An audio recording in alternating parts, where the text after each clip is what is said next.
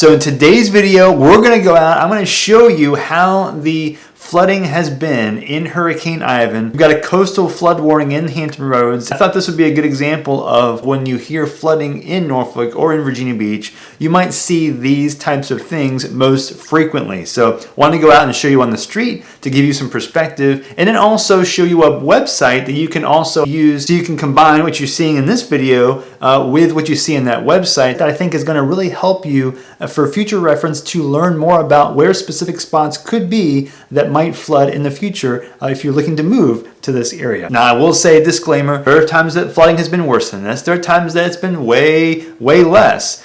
So this is just an example, but I think it will give you an idea of what the narrative can often be like when the word or the concept of flooding gets talked about in Hampton Roads. So I'm going out into the storm right now to show you different parts of the area, especially in Norfolk, and I'm going to start by going on, here's the map, and I'm going to show you in downtown Norfolk, just west of there, we're going to start in an area called Freemason, West Freemason. And so you see that on the map right here. That's where we'll start. And you can see here, this is right close to high tide, and there is not much, not much real ponding of the roadways. I mean, there is some generally speaking, but nothing of significance all right through here in this Freemason section.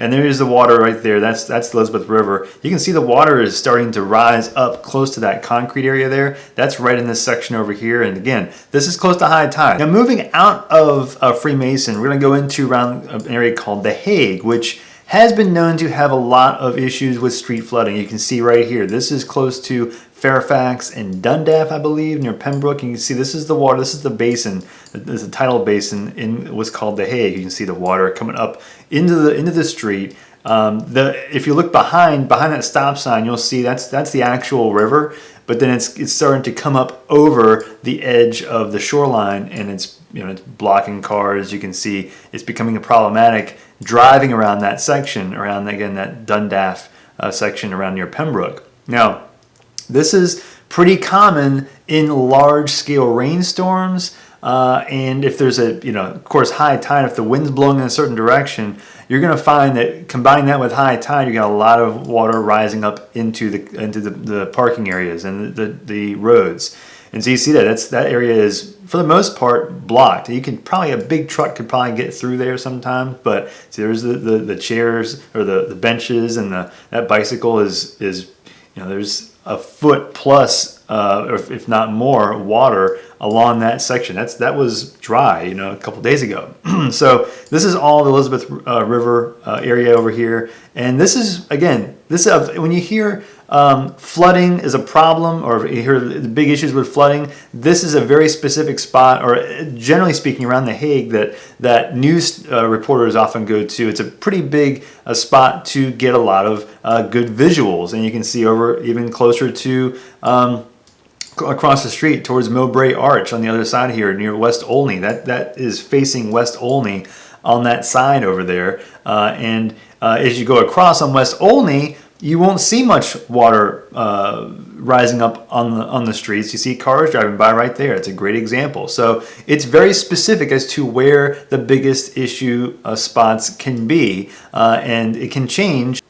But now going further north from there, now we're going up into Stockley Gardens. So you see this road here, Stockley Gardens. I'm right in this section right here, if you zoom out, between Collie and Colonial. And so you see some ponding of roadways in there too, some blocking of streets, the same kind of thing in this section. So when I talk about the intersections that become problematic, you'll see spots like this, but you notice the water has not entered up into houses yet. You might see a few that will go up into yards, and that can happen too. And it can happen even worse than this in a lot of cases too, but I want to give you, this is a good perspective of what can happen in a newsworthy flood event. This is Collie Avenue. This is going up towards, past the hospital, up eventually getting towards 21st Street and the rest of Ghent. As you see here, this is just about the same time of the day, and it's just wet. It's just, a typical rainy day, it looks like, in this part of Ghent.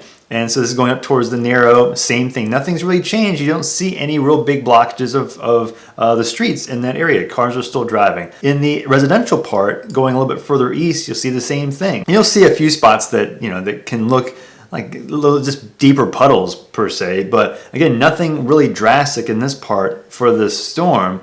And again, continuing to drive through the residential areas. This is again all through Ghent, and this is going up also towards 21st Street, which is a bit further north. Over here, rain, there's some puddles, but nothing compared to what you might have seen in The Hague. And so if you're looking to live in Ghent, you might see a lot of this hit and miss kind of stuff in parts of Ghent. Now moving just west off of 21st Street away from Ghent, we're going to go towards Hampton Boulevard, which is a pretty busy road going up towards Old Dominion University. And so going just north past Old Dominion, we're going to enter into the area of Larchmont, which we'll see a lot of, you see a lot of news stories about flooding in Norfolk, and they often go towards areas in Larchmont. So this area is north of Old Dominion in an area around Magnolia Avenue on Hampton Boulevard. And this section over here, Richmond Crescent, Sussex Place, this area has been known to have some spots that can have a rising water a lot in this section. And so not all the time, again, it's very random, but you'll see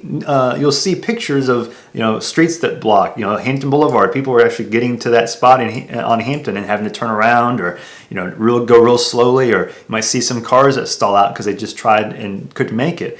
So you kind of have to know your way around and know the detours around different parts of town. But this is not very common, but it can happen in, like, again, remnants of hurricanes. It can happen, and this is us going into Larchmont now. You see, this is a good example. That area, that corner, had blocked roadways. But if you go into the neighborhoods, you'll still see a lot of places where it's like, you just see a rainstorm. You just see it's just raining. Now, let me show you that map, that flood map that I was telling you about earlier. Now, this flood map is called Tide Watch, and I'll drop a link below for a link to the website so you can go and scan through the map and see where your house or where area that you're looking to move to might be located in this map. And so if you can scroll through the entire Hampton Roads area to see where in the area there might be highest propensity for flooding in that area. And you can set it on an hourly basis within real time to determine, okay, hey, if what's going to happen at 5 o'clock today? What will the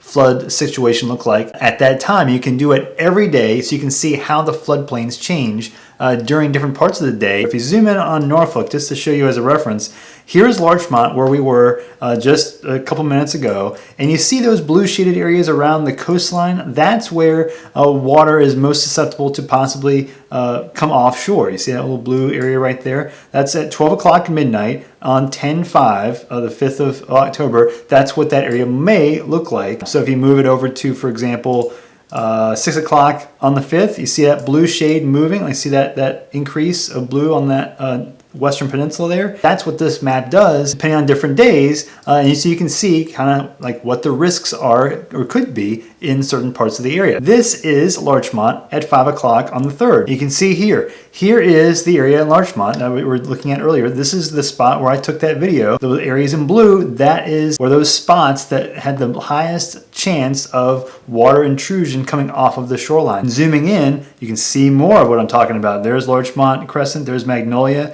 That's where the spot was I took that video, right there. We can go into even other parts of Hampton Roads and show you what the flood map looks like for the exact same time as I was in Norfolk and other parts of the area. Here's over a little bit further over in Colonial Place. You see even along the coast there on Mayflower Road, all around the exterior, some spots that have a higher susceptibility of that flood water coming up off the shoreline. And then going up towards Ocean View, there's some spots here over just south of Ocean View Avenue. Again, keep in mind with Ocean View Avenue, it is not all like this. And you see closer to Little Creek, you'll see more concerns with flooding coming off of the creek. Same goes with places even near Shore Drive. And over across near the Lesnar Bridge and areas close to the Lynnhaven Inlet, you'll see a few spots as well. And now going further towards the ocean front, you'll see a few spots coming off of Lincoln Bay as well. And so these are just examples. There are some other spots all across the area. And then even in Chesapeake, you'll see some places we talked about before in other videos about some places near Route 17, Dominion Boulevard, and close to Bell's Mill that have some spots coming off of the shoreline as well.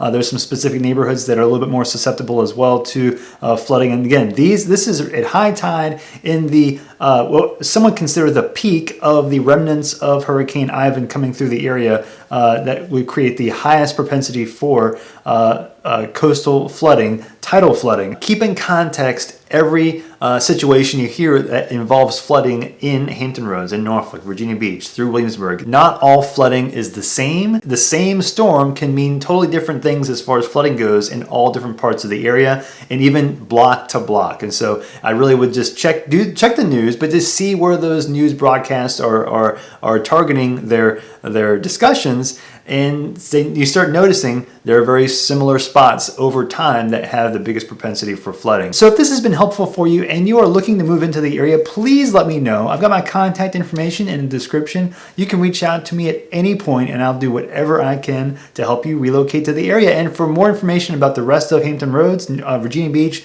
Norfolk through Williamsburg, I've got more videos here as well. You can keep watching and I'll see you on the next one.